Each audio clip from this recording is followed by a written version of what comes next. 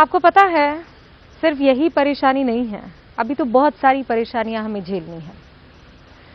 हिंदुस्तान में ही नहीं, पूरी दुनिया में कुछ 82 करोड़ लोग हैं जो हर रोज भूखे सोते हैं, और अगर ये कहर ऐसे ही जारी रहा तो 13 करोड़ लोग और इसमें जुड़ जाएंगे। यूनाइटेड नेशंस ने कहा है कि कोरोना के कहर की 2 और चीजें देखने को मिलेगी, एक तो भूखमरी और दूसरा अकाल। आप लोग घरों में बंद हैं, मोहल्ले आपके बंद हैं, आप नहीं देख पा रहे होंगे भूख से किस तरीके से लोग तड़प रहे हैं। हमने देखा है। ये रिपोर्ट।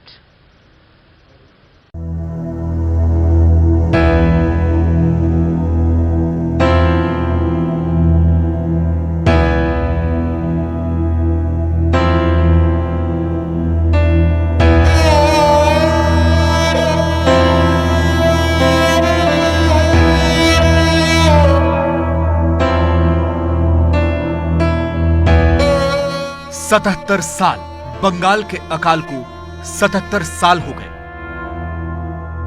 किसी भी राष्ट्र के निर्माण के लिए यह बहुत बड़ा वक्त होता है। इन 77 सालों में हम आजाद भी हो गए, 135 करोड़ भी हो गए, विकासशील देश के रास्ते पर भी चल पड़े, आईटी और साइबर पावर भी हो गए। पिछले 77 सालों में देश में बहुत कुछ बदल गया, जमीन आसमान का फर्क आ गया, लेकिन बस एक चीज नहीं बदली, वो है भूख। ये भूख तब भी थी, ये भूख अब भी है।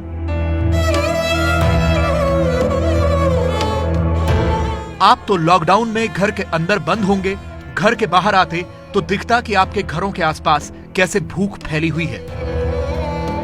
2020 की इस भूख के वैसे तो कई चेहरे हैं, लेकिन रामजी महतो सबसे नए हैं।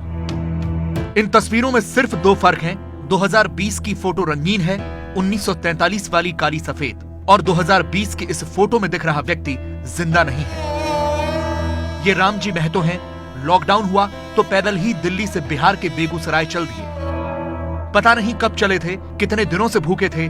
बेगूसराय तो नहीं पहुंच पाए, उससे पहले ही बनारस में दम तोड़ दिया। शरीर की हड्डियां और अंदर धंसा हुआ पेट बता रहा है कि पता नहीं कितने दिनों से खाना नहीं मिला था।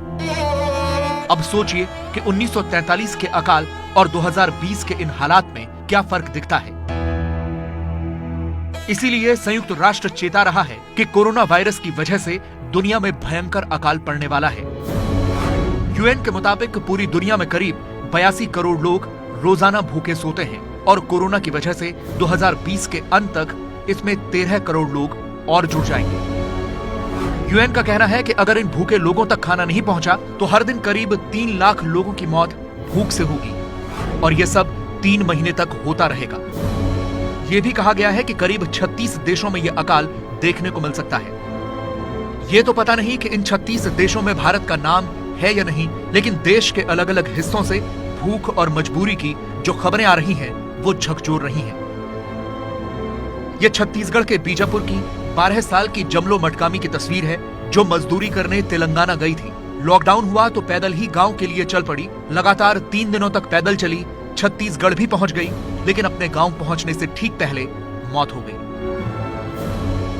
ऐसी एक नहीं, कई कहानियां हैं। जब पेट में खाना नहीं होता तो सैनिटाइजर, मास्क और सोशल डिस्टेंसिंग दूसरी दुनिया की बातें लगते हैं। यह लखनऊ का जानकीपुरम इलाका है। लॉकडाउन होते ही बहुत से मजदूर तो पैदल ही अपने गांव चले गए, लेकिन बहुत से ऐसे हैं जो यहीं रुक गए, इस आस में कि खाना मिल जाएगा।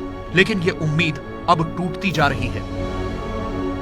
न हो कमीज तो पाँव से पेट ढक लेंगे, ये लोग कितने मुनासिब हैं इस सफ़र के लिए। दुष्यंत कुमार की एक कविता मुझे याद आ रही है, क्योंकि इस कविता में ये लोग जो हैं वो कौन हैं? वो गरीब हैं, और वो गरीब आजकल लॉकडाउन में किस स्थिति में है, इसकी पड़ताल के लिए जब मैं सड़कों पर निकला तो मुझे कुछ लोग सड़क के किनारे फुटपाथ पर बैठे हुए दिखाई दिए। ये मजदूर हर रोज इस फुटपाथ पर जमा हो जाते हैं कि कोई आएगा और खाना देगा, लेकिन इंतजार के साथ साथ भूख भी बढ़ती जाती है।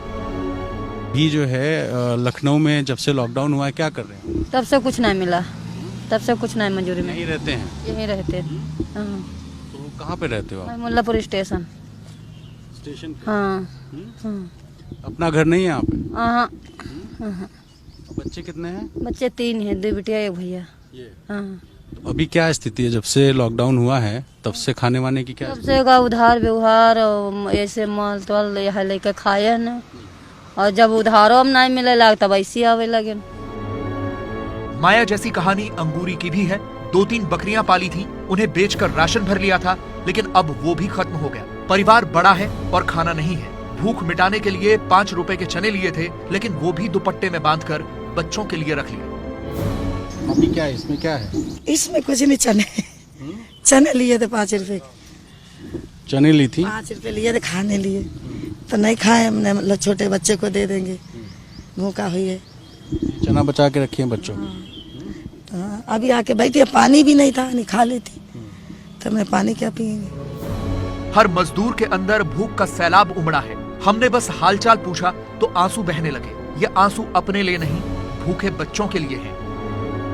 काम ही नहीं लगता है सर, नहीं चले आते, बिल आ जाते तो पूड़ी उड़ी मिल जाती तो बच्चों को खिला देते।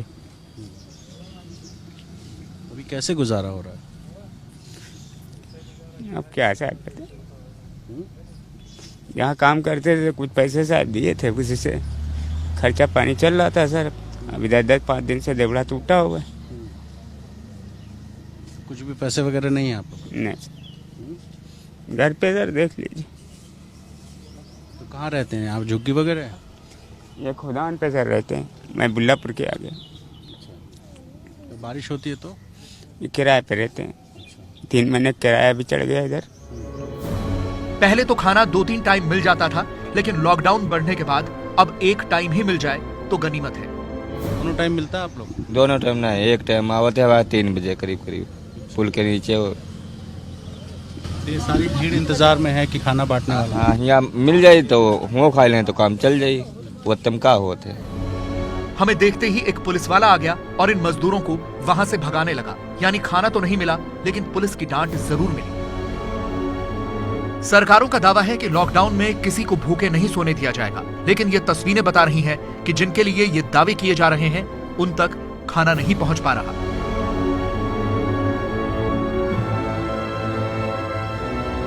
ये है एबीपी न्यूज, आपको रखे आगे।